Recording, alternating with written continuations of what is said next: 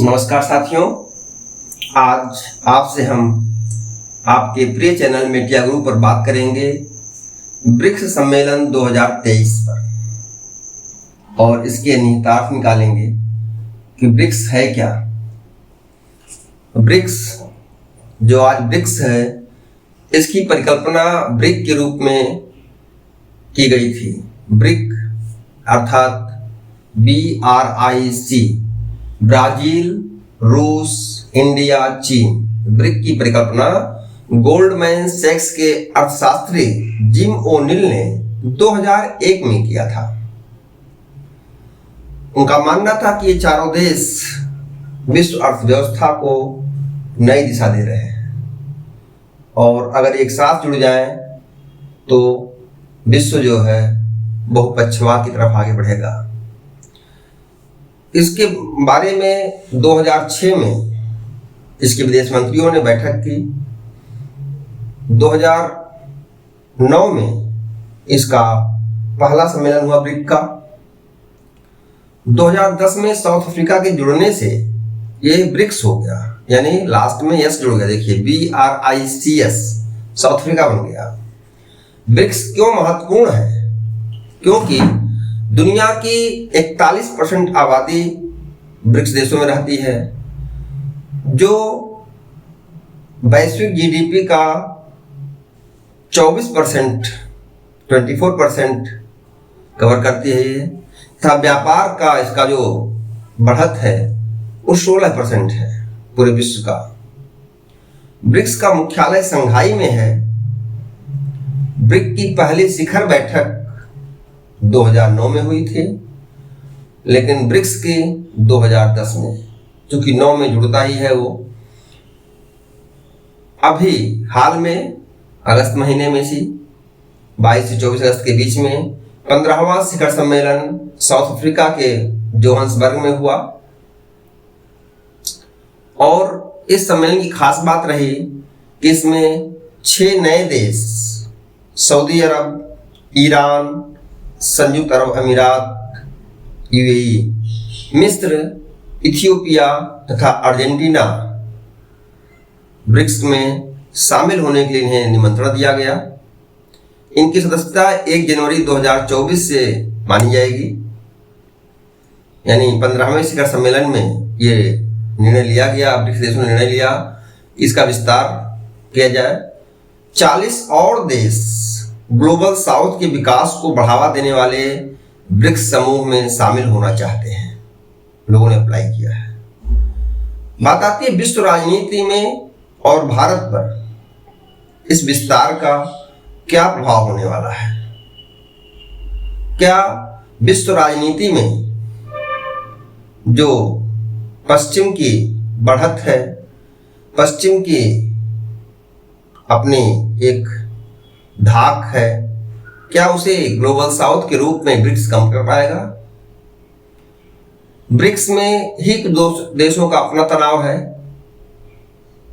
रसिया एक तरफ पश्चिम से युद्ध लड़ रहा है यूक्रेन के बहाने। भारत और चीन का आपसी सीमा विवाद एक मुद्दा है। भारत और चीन का जो व्यापार है वो चीन के पक्ष में है और जो 6 नए देश शामिल हो रहे हैं, ब्राजील का प्रतिद्वंदी अर्जेंटीना है, सऊदी अरब और ईरान अभी हाल तक में इनमें काफी प्रतिद्वंदिता थी। देखा जाए तो सऊदी अरब, ईरान, संयुक्त अरब अमीरात, जिनमें ये खाड़ी देश हैं और तेल बाहुल्य क्षेत्र हैं। सऊदी अरब और अमीरात अभी तक अमेरिका पक्ष में झुके हुए थे। अब कहीं ना कहीं से इन देशों को लग रहा कि हमें ब्रिक्स से जुड़ करके और व्यवस्था में अपनी अहमियत बनानी चाहिए, क्योंकि अमेरिका से जुड़ने पर सऊदी अरब और अमीरात का वो अहमियत नहीं हो पा रही थी, ऐसा महसूस किया इन देशों ने। बात आती है कि 40 और देश ग्लोबल साउथ के विकास में बढ़ावा देने वाले इससे जुड़ना चाहते हैं, तो विश्व राजनीति पर क्या फर्क पड़ेगा? क्या अंतर्राष्ट्रीय जो संगठन है इन पर क्या प्रभाव पड़ेगा, और संयुक्त राष्ट्र संघ के तहत सुरक्षा परिषद की जो अपनी एक महत्ता है उस पर क्या हो सकता है। क्या दुनिया फिर से एक नए संगठन, एक नए रूप में ढलेगी, क्योंकि नई दुनिया के नए रंग हैं और पुरानी संस्थाएं द्वितीय विश्व युद्ध के बाद की हैं जो अब तक विश्व व्यवस्था पर हावी रही, चाहे वो अंतर्राष्ट्रीय मुद्रा कोष हो, विश्व बैंक हो और संयुक्त राष्ट्र संघ हो। इन देशों, इन संस्थाओं के साथ साथ ब्रिक्स का जो महत्व बढ़ रहा है, जो ग्लोबल साउथ के जो देश कहे जाते हैं जुड़ रहे हैं, एक साथ आ रहे हैं, तो क्या विश्व बहुपक्षवाद तरफ जा रहा है।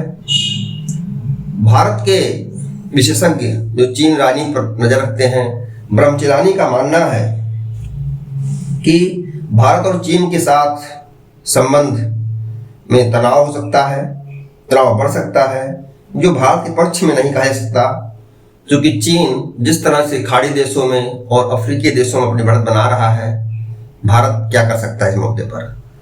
भारत को लेकर के उनकी राय है कि अपने इनके साथ में संबंधों को मजबूती का बढ़ाना भी है, लेकिन भारत को ध्यान भी रखना है कि हम क्वाड में जुड़े हुए हैं, यानी पश्चिमी देशों के साथ हमारे सहयोग भी हैं, और हम रसिया को भी नहीं छोड़ सकते, रसिया से हमारे अपने संबंध हैं। इस प्रकार देखा जाए तो ब्रिक्स कहीं ना कहीं से बहुपक्षवाद पर बल तो देता है। भारतीय जो गुटनिरपेक्षता की नीति थी उस पर भारत चलते हुए दोनों को बैलेंस कर सकता है, और भारत वर्तमान में विश्व राजनीति में एक अहमियत रखता है। उसके अर्थव्यवस्था, उसका विकास और उसके लीडरशिप ये कहीं ना कहीं से विश्व राजनीति प्रभावित कर रहे हैं। तो भारत ब्रिक्स से संस्थापक सदस्य है, इससे जुड़ करके वो एक बड़ी अहमियत हासिल कर सकता है, क्योंकि आज दुनिया आर्थिक है और आर्थिक लाभ लेना बहुत जरूरी है। इन सारे परिप्रेक्ष्य में ब्रिक्स को देखा जाए तो एक अलग रोल अदा करेगा, लेकिन कहीं ना कहीं पश्चिम के विरोध में ये ना खड़ा हो। रूस और चीन चाहते हैं कि पश्चिम का दबदबा कम हो, भारत भी चाहता है कम हो, लेकिन विरोध करके नहीं। भारत अपनी ग्लोबल साउथ नीति और गुटनिरपेक्षता नीति से ही विश्व में बैलेंस स्थापित कर सकता है। नमस्कार साथियों, हम ऐसे आपसे अपने विचार मीडिया गुरु चैनल पर आपसे मिलते रहेंगे, बात करते रहेंगे। आप इसे लाइक, सब्सक्राइब और शेयर करते रहिए। धन्यवाद आपको।